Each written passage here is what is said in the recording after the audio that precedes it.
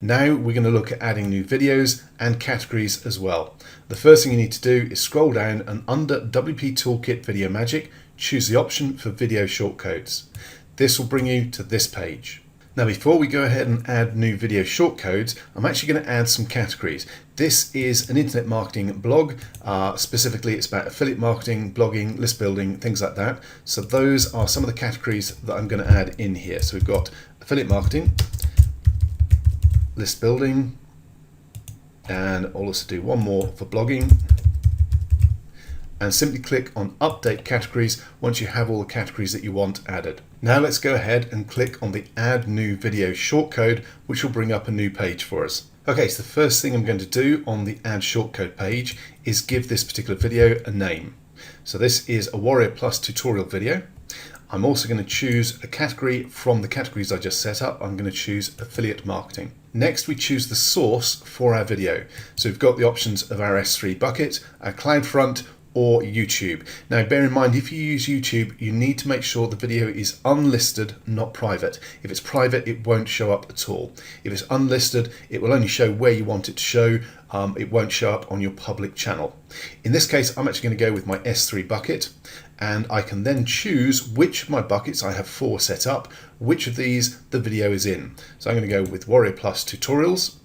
Then I simply need to click on the Browse AWS for File, and this will bring up a separate browse window. If I pull this back down so you can actually see what's going on. Now as it happens, I only have one particular video in this folder, but if there were more, they would list them all. Okay, and this is directly called from my Amazon Web Services bucket. So choose the video I want, and that pops it in for me. Okay, now let's scroll down and look at the other settings that we have available further down the page. First of all, you can auto buffer. This simply means the video will start loading up as soon as the page is finished loading, so it'll be ready to play sooner.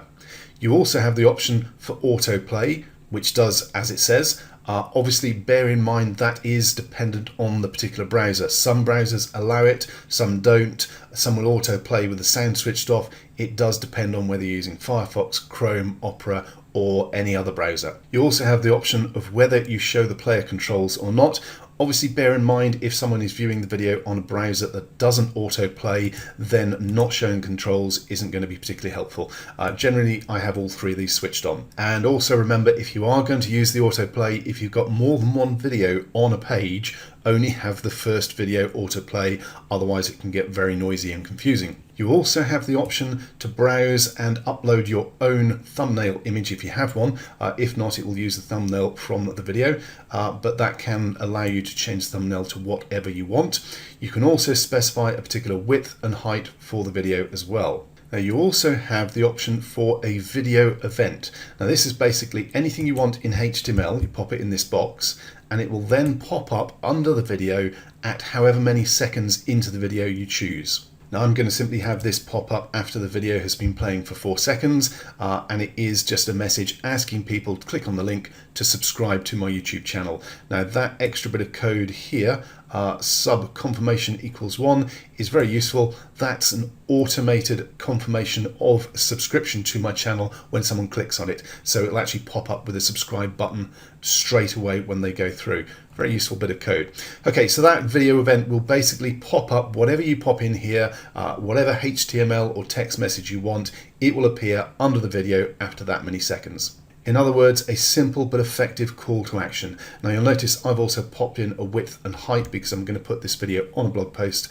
So now all I need to do is click on Save Changes. That is our first video code, shortcode added in to the WP Video Magic plugin. So your video shortcodes will list all the different videos you have set up, along with their source, the full file name, and the shortcode itself. Now you do also have the option to edit it, so you can go back and change any of the details you need to.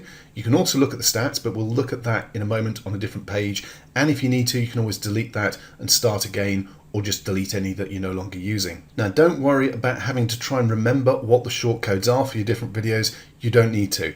Let's head across to a blog post that I created earlier so you can see exactly what I mean. So here in this post I have a little placeholder for a video because this is where I want to pop the video into this post. all I need to do is find this icon, WP Toolkit Video Magic Shortcode Browser. Let's click on this and it will bring up a box which will display all our different videos with the categories, so we can choose which one we need and simply click on Insert Shortcode, and there we go. Our shortcode is straight into our blog post. You do not need to remember what the shortcode is. All we then need to do is click on Update to update a new blog post or existing blog post with a new video shortcode from WP Video Magic inserted into it. Okay, so let's head across to that blog post. And if I scroll down, you can see there is the video placeholder that I had. So what I'm going to do is hit Control F5 to refresh this page. It'll take a second or two. There's our new video dropping in. And there we go. It's auto playing. I'm going to turn the volume down, turn the volume off. And you saw after 4 seconds, up popped that little extra box saying please subscribe to my YouTube channel, and if we click on that it takes people through to my YouTube channel. And basically that's it. That's how easy it is with WP Video Magic to host your own videos on Amazon, which is really quick and really cheap. You no longer need Wistia or Vimeo or those other expensive video hosting platforms. Now there is one more thing we need to have a look at, which is the stats page. And if I scroll down on the left, we can see we have a page called Stats under WP Toolkit Video Magic, and this is what it looks like. This page will list all your videos and how many times they've been watched. Now you'll notice at the moment that is showing a 0 for our video, even though we started watching it, but I hit pause before we got to 15 seconds.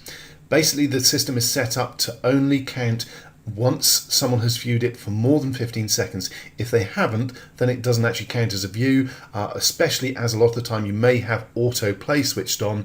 If they're switching it off before they've hit 15 seconds, they're not really interested, so it doesn't really count as a view. This is following the same sort of principle as YouTube views. On YouTube ads, for instance, you don't get charged for an in-stream video view until someone's watched the video for 30 seconds or more.